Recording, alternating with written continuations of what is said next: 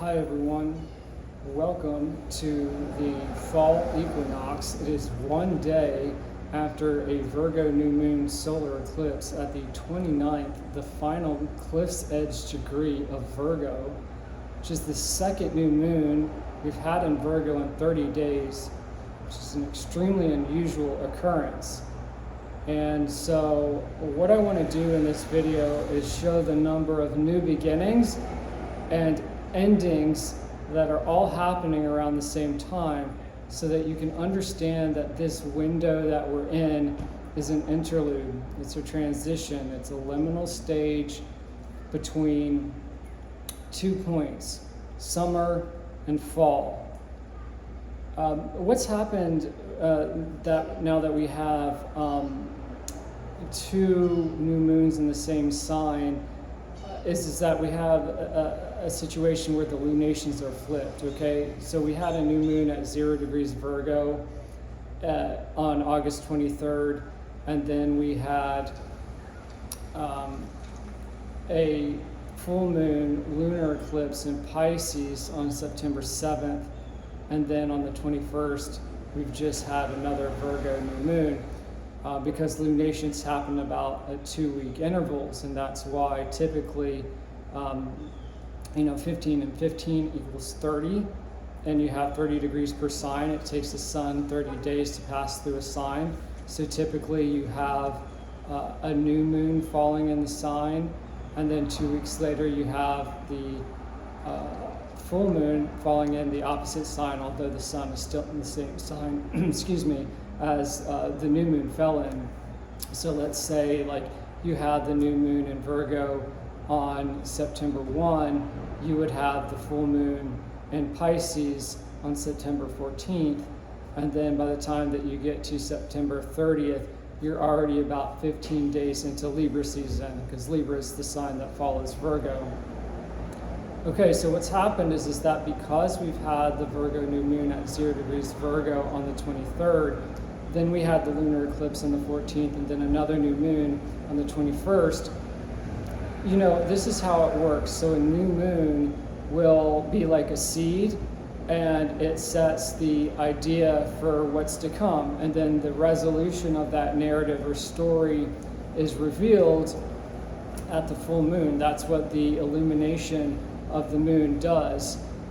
It kind of creates an understanding of the idea that was planted 2 weeks prior, okay? And so we're not going to have another Pisces full moon on the heels of this Virgo new moon solar eclipse, even powerful new moon that we've just had yesterday. It's mathematically impossible, because today we go to 0 Virgo. There's only 30 degrees per sign, or 0 Libra, excuse me. There's only 30 degrees per sign. So the next time that we have a full moon, it's going to be in the sign that's opposite Libra, not the sign that's opposite Virgo. It's going to be in Aries. And that is confusing, because we're not getting a resolution to our story that should be natural. The resolution to a Virgo new moon story should be a Pisces full moon. But we've already had the Pisces full moon on September 7th, answering to the story that was planted on August 23rd. What this means also is because that full moon didn't really answer to that new moon anyways, because that full moon was an eclipse. The new moon at 0 Virgo on the 23rd was not an eclipse, although I believe it functioned like one. It formed this bracelet of 3 lunations: new moon, Virgo, full moon Pisces, new moon Virgo again. That was the interlude to the official fall season, which is Fall Equinox today. And I called it this kind of like fall intermission or fall portal, that this bracelet of lunations, 2 of which are eclipses, created. And so that full moon lunar eclipse in Pisces on the 7th was really more connected to the new moon in Virgo that we had yesterday, the solar eclipse. Those were the sister lunations, or the sibling lunations. And so to have the full moon before the new moon means that, in terms of the eclipses, communicating to each other, because we know that there's not going to be a Pisces full moon after this Virgo new moon that we've had yesterday. It means that the awareness and the resolution comes first, and then the understanding, the idea of what that awareness is supposed to be geared towards comes second. This is called the flip lunation cycle. This also happened in the fall of 2020. Now things are backwards. It's not idea and then awareness of what to do with the idea or what that idea means or how it grows because we planted that idea. It's we're seeing the outcome and the understanding, and then it's like, okay, but what understanding is that? What idea is that understanding connected to? What is giving birth to that epiphany? And so on the 7th, and you can go watch my previous video about this, when we had that epiphany, I called it Wipeout, that was my YouTube title, this epiphany of the full moon, wiping out things, washing them away, we have this, that is the illumination of what we're experiencing now, which is the cliff's edge, as I'm calling it. So if something has gotten washed away and it is removed, the reason that the realization that we're coming to is, the reason that has happened is because we're on the precipice of something. Something has been removed because we're on the precipice of something as a culture. Beyond this point, it's like a line in the sand, it's like a cliff's edge. We can't, it's a point of no return. So that's why, additionally at this time, because lunations are connected and they communicate to each other in a narrative way, you're continuing to see things kind of disintegrate and crumble on the heels of this new moon, because it is connected to the epiphany of a wipeout 2 weeks ago. But now I think people are grasping it more, they're accepting it more, because they understand what it's geared towards, is that the wipeout is intended to help us accept a change, a cliff's edge, to really see it as not, oh no, we're at a point of no return. People, I think now, there's always a bright side, I guess, to look at. People are now, because we had that Pisces lunar eclipse, we also saw Kirk's death in the wake of that. It was a full moon, so it was an ending. It was in the sign of Pisces, which is about endings. People are like, okay, well, great. That brings us to a cliff's edge, and now that means we can feel that intensity of being on the edge of something, of knowing that change is here and I welcome it. It is a new moon. It is about new beginnings. It is a seed moment. It is an idea moment.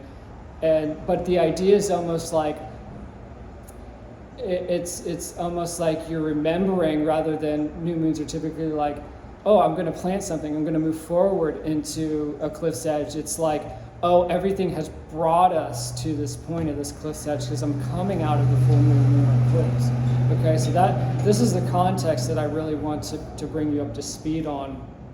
And just look at the degree that this new moon falls at the 29th degree. It's if you want to get really fancy with it, it's called an anaretic degree, which is the final degree of a sign. Just the way that this has mathematically played out, and for it to go into the fall equinox the next day is very unusual. It's really incredible to see, and that's just the beginning. It's really incredible to see these things ending, last degree of a new moon that's a realization itself of an ending that came before, that came from a lunar eclipse in Pisces, and then boom, there's the new beginning of fall. It's the first day of Libra season, it's the fall equinox, And besides, the solar eclipse itself was a new moon, so there's a new beginning through that as well. All these things are interwoven with endings and beginnings. It's really fascinating. Saturn moved back into Pisces on Labor Day, which is typically considered the first day of fall too, at least in a kind of commercial sense. I thought that was always interesting, and that was also the day that Mercury moved into 0 degrees Virgo. 0 degrees Virgo had been triggered, remember, on August 23rd by that new moon, that first in the bracelet of lunations. That's really important right now to consider going into fall. I'm going to come back to this 0 degree Virgo point in just a second. But because Saturn went back into the last degree of Pisces, he went into Aries, 0 degree Aries, which is the astrological New Year degree. When the sun goes there every March 22nd, it's astrological New Year, because the season begins with Aries. It's the spring life force. So anytime we get a planet there, last time Saturn was there was in 97, it's this really kind of violent energy, and we had these really violent debates this summer. Saturn pulls back and says, no, back into mysterious Pisces, back into the sign of endings. It's really going to bring you back into this murky, mysterious fall where you've got to tie up all these loose ends, especially because Pisces, again, is about endings. Well, he moves slowly. He just went retrograde September 1st. It's only 21 days later. And because he's at 29 Pisces, the sister sign is Virgo, that new moon at 29 Virgo is opposing Saturn, and it creates this tension of like, oh my gosh, I have to go back and take my itemized checklist, Virgo, which is organization, on what I plan to release. Saturn is planning, and Pisces is endings or releasing. So it creates a lot of tension at the cliff's edge of like knowing that you have to release something, and what is it going to be? What choice is it going to be? Is it a sentimental choice you've held on to too long? Or is it truly something that you can build a legacy on, so you're attached to it, but it's for good reason because you know you can build on it? It's bringing people to a sense of tension through that, and oppositions are very tense. But yeah, it's interesting because another planet that moved into a new sign this summer was Uranus, went into Gemini about the time of the July 10th full moon in Capricorn. So Saturn hadn't been in Aries since 97. Uranus hadn't been in Gemini since World War II. So it's just another very urgent, violent energy. This whole summer was about this bold, fiery, violent energy of new cells. I'm not going to take it anymore. Enough is enough, right? And so 0 Virgo squares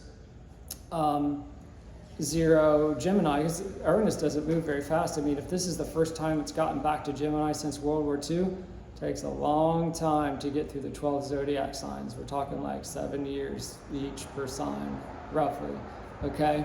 So new moon squared it, and it turned retrograde just before. I gotta check my notes here.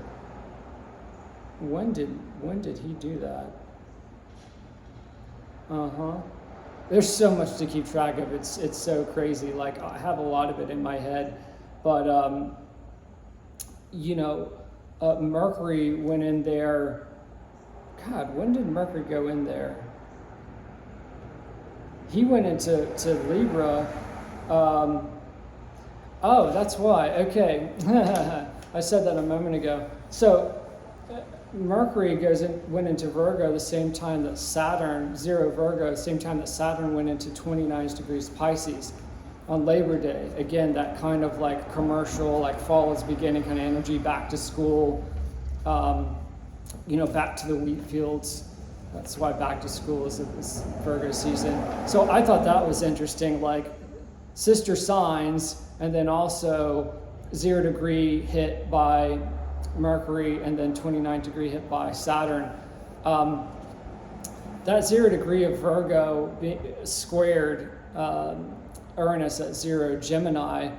The new moon did it on the 23rd, and then Mercury did it on the 1st. And those squares were kind of like, you're done here, because Uranus on the 7th, on that lunar eclipse, he was already slowing down on the 1st, but on the 7th, he went retrograde. He's going back into Taurus. So Saturn went into Aries in the summer. That was going back into Pisces, where he's been for 2.5 years. Uranus went into Gemini this summer. Now he's going back into Taurus, where he's been for in 2019, rather. So, and these lunations and these planetary ingresses are clicking all this stuff. I talked about switches on and off in recent videos, and that's what mutable energy is. Gemini, Sagittarius, Pisces, Virgo. Those are mutable signs, things flipping in and out. So on that day, we had not only Mercury and Saturn going back into like critical degrees of sister signs, but Mercury lit up Uranus, and he's like pushing him back too. He's like, you're going back into Taurus. We've got to do this mysterious fall review. And then on the 18th, right before this solar eclipse and fall equinox, which is Venus season, Venus went into 0 Virgo on the 18th, and again, boom, squared Uranus. It's like all these planets, first the new moon on the 23rd, then Mercury on Labor Day, along with Saturn doing some weird stuff, and then Venus right before this new moon and her day, International Libra Day, which is the fall equinox. Boom, pushing these planets back, like go back, time to review. Mysterious fall. We're gonna have Mercury retrograde in November, like review, because you're at a cliff's edge, and culture is just gonna change irrevocably once we get into 2026. And it's gonna be so intense because we can't put the toothpaste back in the tube after that. And that's what all this stuff is doing. That's what all this weird stuff is doing. In fact, I want to talk about that on the 18th, this past Friday. So Venus was at the last degree of Leo, right? That's the 29th degree of Leo is right before 0 degrees Virgo. And it was weird because the moon spends about 2 days-ish per sign, right? There's 12 signs in the entire zodiac. It varies, it can be like a day and a half, whatever. It moves quickly is the point that I'm trying to make. And we can talk about void moons and why the moon is sometimes only active for like a day out of a week, but why sometimes in other signs it's active for 2 days. I have some threads on Twitter or X if you go and search, or just search void moon. But the point is that moon moves very fast through a sign, okay? But Venus moves very slow. It takes weeks for it to get through Leo. It's going to take weeks for it to get through Virgo.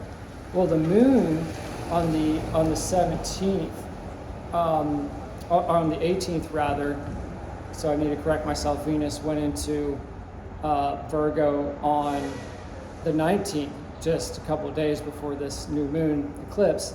On the 18th, the night, the moon caught up with Venus. And then on the 19th, the morning, okay, I do want to talk about void moons here for a second because I want to highlight the specificity of how crazy this is.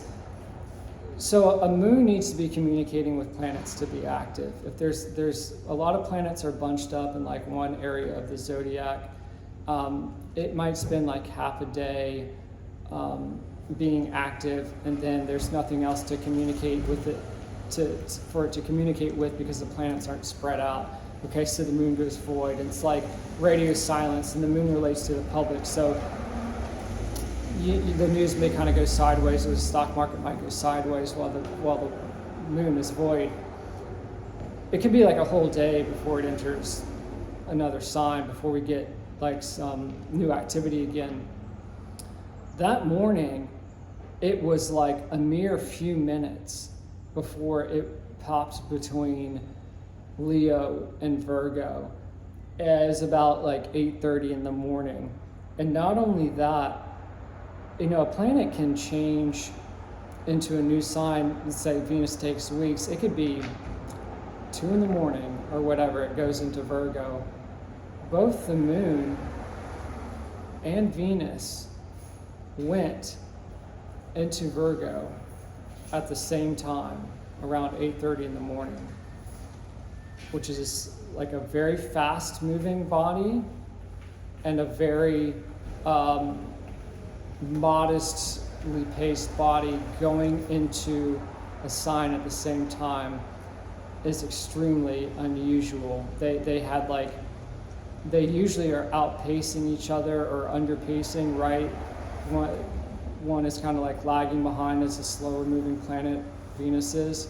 The fact that they both moved in and at about the same minute was really unusual to me, because we could have had that void moon. Venus could have gone into Virgo at 2 in the morning after the moon and her fused at the 29th degree of Leo, and then the moon could have popped into Virgo for 6 o'clock that evening.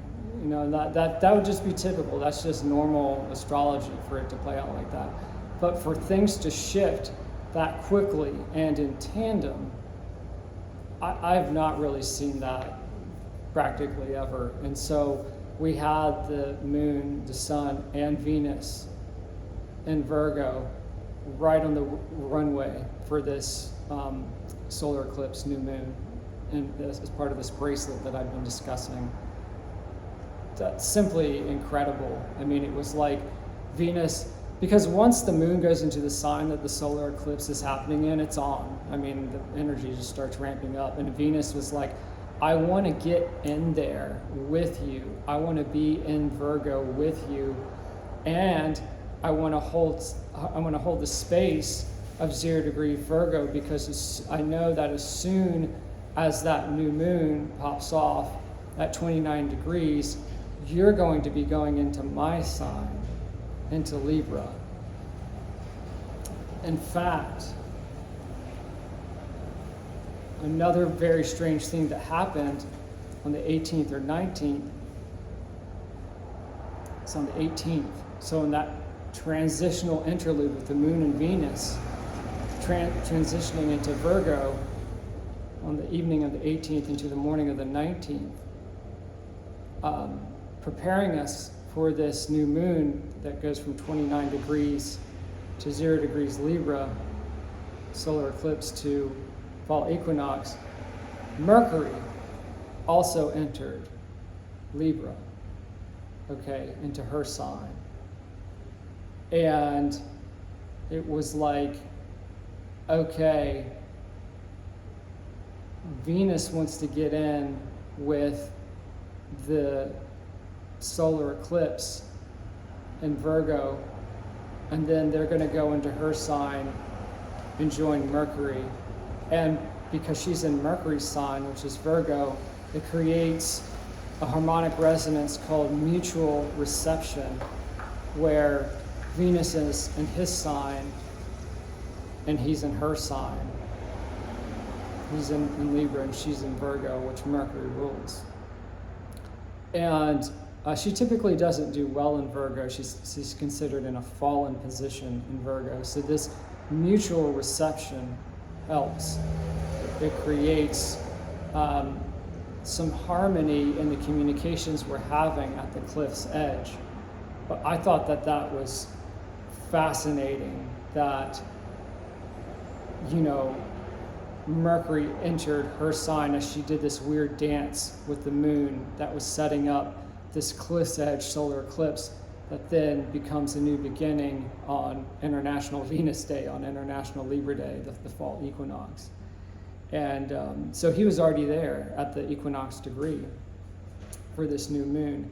And it's interesting too, we talked about flipped lunations, to have the Mercury ahead of the sun, because that's communication, and then sun is awareness. So we're seeing like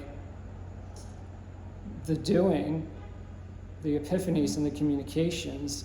And then today when the sun comes in and meets Mercury, it's like, oh, the awareness of like, that's what it was all about. So it's kind of confusing to people, I think, that it's like all this stuff is happening and only later do we understand really what it means. And I think, Kirk's death was really a part of that. It was just this frenetic, chaotic explosion, and now people are like, well, it's this reckoning moment. People are getting their health together, they're returning to religion, they're organizing in their communities, it's like 9/11 or COVID all over again. People are like looking at their priorities and being like, do I want to continue doing this relationship? I've got to make some choices. What am I attached to? What am I letting go of? Also fascinating too, on the day of this eclipse, yesterday's eclipse, Mars was at the 29th degree of Virgo. So remember, we're talking about barbell degrees, right? Mercury at 0 degrees Libra, Mars at 29 degrees Libra, like hugging the entire degree span of Libra. And then boom, Mars goes into 0 degree Scorpio, his favorite sign, on the day that Sun joins Mercury around 0 degrees Libra, the beginning of fall. This stuff is crazy. Like, I've just not seen this like ending, beginning, stacked so much in such a compressed amount of time. And that's why the world's just popping off right now, and everybody's just in this complete like wave of change. And Mars was also opposing a planetoid at the 29th degree. It was opposing Chiron at 28 degrees Aries. And Chiron has been in Aries since 2018 or 2019. Aries is that war, that violent, that bold, let me out, let me act kind of energy. And Mars does not do well in Libra, just like Venus does not do well in Virgo. And it was this tension of, how do I act? Even though I feel like held back by weighing out the constant choices. That's the scales of Libra. But then boom, Mars gets his strength back. He's in his home sign on International Libra Day, on Venus Day. And it's like, oh, all the Venusian energy that he was struggling with gets smoothed out. Well, he goes to his home sign, immediately squares Pluto at around 1 degrees Aquarius. That's a whole new cycle. Pluto was in Capricorn from 2008 to November 2024. I talked a lot about the Capricorn years in my previous video, building everything up. That's a Capricorn mountain, only to flatten culture and make it completely featureless, frictionless, no human interaction, just push button culture. Pluto's coming into Aquarius for the next 15-20 year cycle and saying, time to remember your humanity. And Mars squaring him in the wake of all this stuff that I'm talking about is like, it's a gut renovation for society. You're gonna look at all the taboo stuff. You're gonna look right at it until you decide how you're gonna proceed from this cliff's edge. Oh, it's deep. It's crazy right now. Another thing I want to point out is that because Leo season, Sun in Leo season, and Venus was there this summer, Mercury went retrograde in Leo this summer. Again, part of that bold energy, let me out, let me act. I'm a new person, enough is enough, I'm gonna do it. I'm gonna get out here and make change, and then it's all kind of pulling back this fall for these endings, beginnings, and all this review. Okay, that is the end of Leo energy for a long time. Go ahead, yeah. We got a lot of people walking through here. I am filming in a shopping district today. So yeah, it's the end of Leo season, right? And it's the end of a lot of Leo transits for a while. We're not going to have anything transiting Leo at all. We'll get the moon there every 30 days, but again, like I talked about earlier, it's a fast-moving planet, so it's only there every, it's active about a day or two, day and a half. every 30 days in the sign. So it's a very fleeting Leo energy that we're going to get. And especially because there's no planetary bodies in Leo for it to necessarily communicate with. I mean, there'll be other things. It'll communicate with Mars and Scorpio and Pluto and Aquarius, because those will be there for a while. And it'll communicate with Uranus and Taurus when Uranus gets back there soon. When is that? Soon. Okay. Those are the fixed signs, right? Aquarius, Leo, Scorpio, Taurus. And that's it. We had the sun there. We had as we do every late July through mid-late August, we had the Leo New Moon as we do every time that year, and the Aquarius full moon.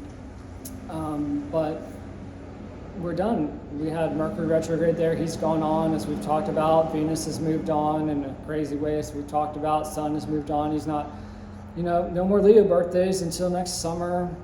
And then Mars is way out there in Scorpio. Pluto's not there at all. He's in the opposite sign. We could talk about that too, what it means for Pluto to be in the opposite sign of Leo. Maybe let's talk about that. But again, the other planets, Sagittarius, Neptune, Uranus, not a chance. We're going to have to wait. Now, Jupiter, he's in Cancer, so he'll go into Leo. It's a slower moving planet at the end of June next year. That's a long time. Leo is about our humanity, what we love. It's about being human, not robotic. And Jeff Wolf Green, who was an evolutionary astrologer, always thought that you should look to the opposite sign that Pluto is in to understand its evolutionary purpose. The opposite sign of Aquarius, talking about this gut renovation of society, right? That Pluto and Aquarius is doing, and asking us to really reconsider the systems that we use to connect with each other, or that have disconnected us from each other. The opposite sign of that is Leo, and that is vacant until Jupiter goes in there and opposes him at the end of June. And that's going to be a wild time too, because all the planets are going to be, Saturn will be back in Aries, and then Neptune will as well, and Uranus is going to be raging through Gemini. Like, that's going to be a hell of a time, okay? So that being vacant is saying, like, wow, especially, it's called the Pluto polarity point, by the way. That being vacant, that being the place of Pluto's polarity point, it's like, okay, you really, at this cliff's edge, we're really going to have to do our due diligence to figure out how to humanize the ideas that we're using to move forward from this point. It's going to be a real challenge. Looking at my notes here. A lot of stuff.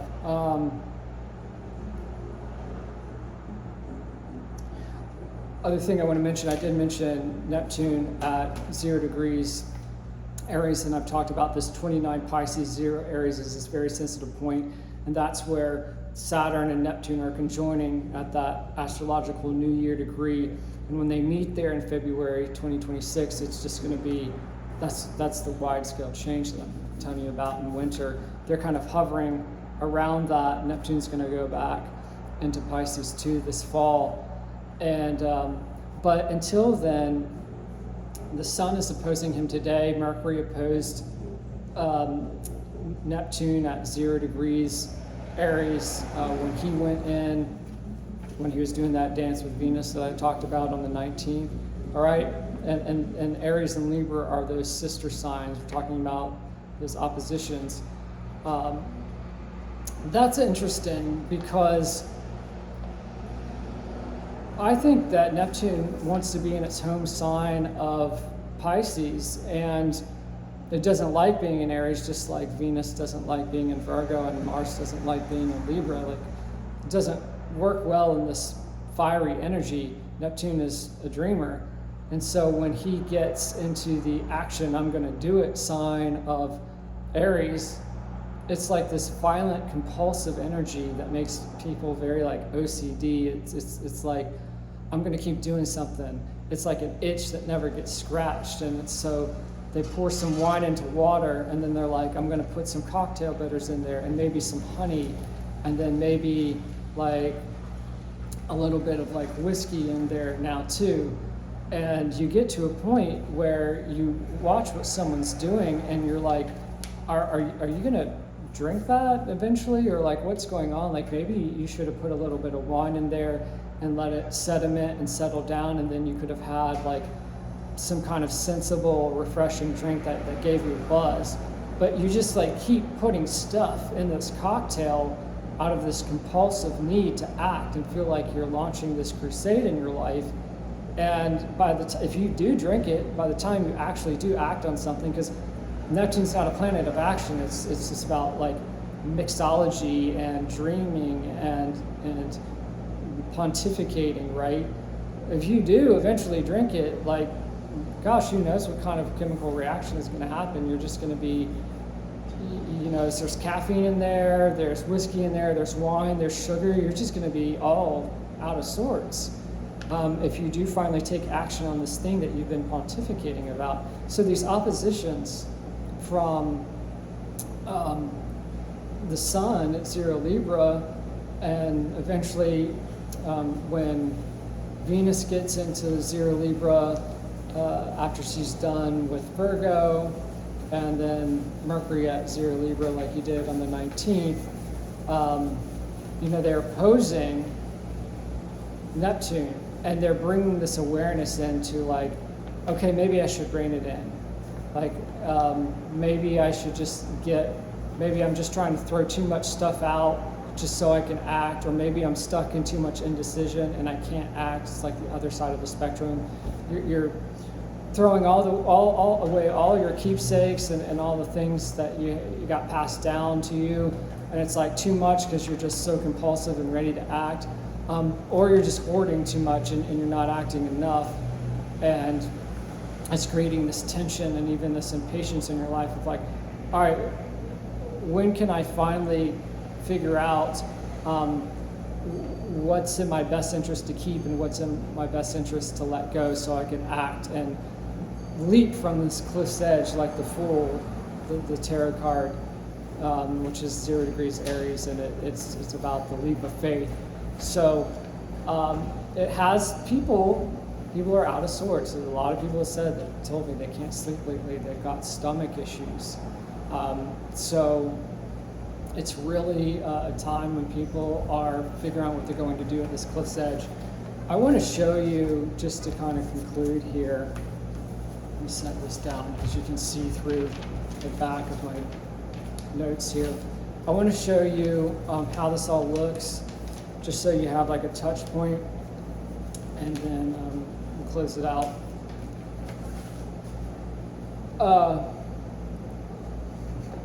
Once again, I'm always like watching myself in this camera, trying to figure out what's going on. Here's the sun and the moon hanging out at the end of Virgo, right? They're opposing Saturn at the end of Pisces.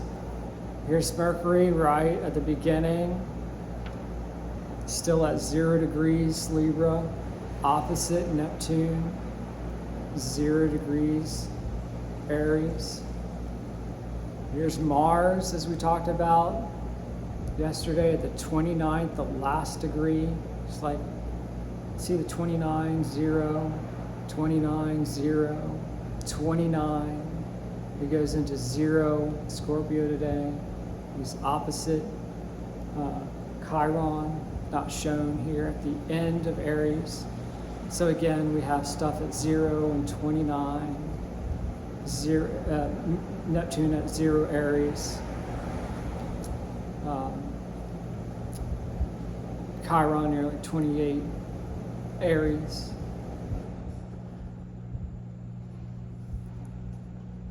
Mercury at 0 Libra, Mars at 29 Libra, right? You're seeing all that stuff. Pluto up here, 1 degree, near 0 degrees almost, Aquarius. It's going to get squared by Mars once he goes into 0 Scorpio. Uranus down here, getting squared anytime anything went to 0 degree Virgo, like we talked about. New moon on the 23rd, Mercury on Labor Day, Venus on the 19th is almost at 0 degrees. Gemini going back to 29 degrees. Taurus. A hell of a chart. Really a hell of a chart.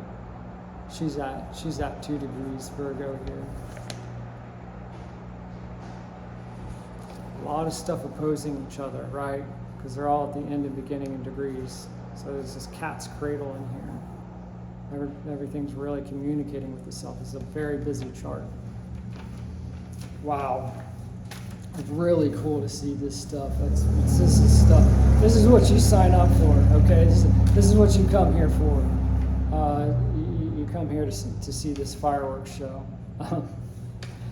Yeah, like after all that, go read my newsletter. That's where I can talk about trends. We're about 40 minutes right now. That's where I talk about trends and news and things like that. And some of the stuff that I want to talk about now may not even really be that great for the YouTube algo, just given the harshness of recent headlines. But I talk about how all this astrology lines up with a lot of stuff that we're seeing in the news. And just the big part of this, I think, is understanding that our culture is at a cliff's edge and everything has become frictionless.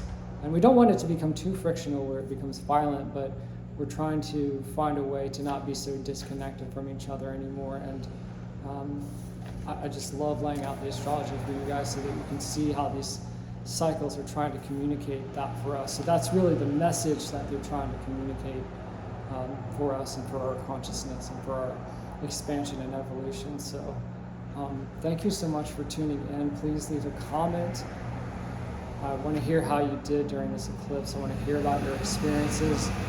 Again, I got my newsletter out there if you want to learn more about how this eclipse has been playing out. I post every day on X.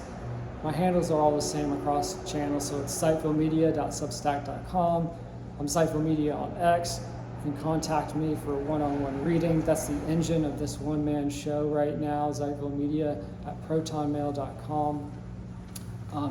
Working with you so that you can work with these cycles rather than against them and find a way to close out things in your life and find new beginnings. It's what I've been doing with people a lot. So as always, excited to have you along. Thank you for tuning in, and I look forward to hearing from you.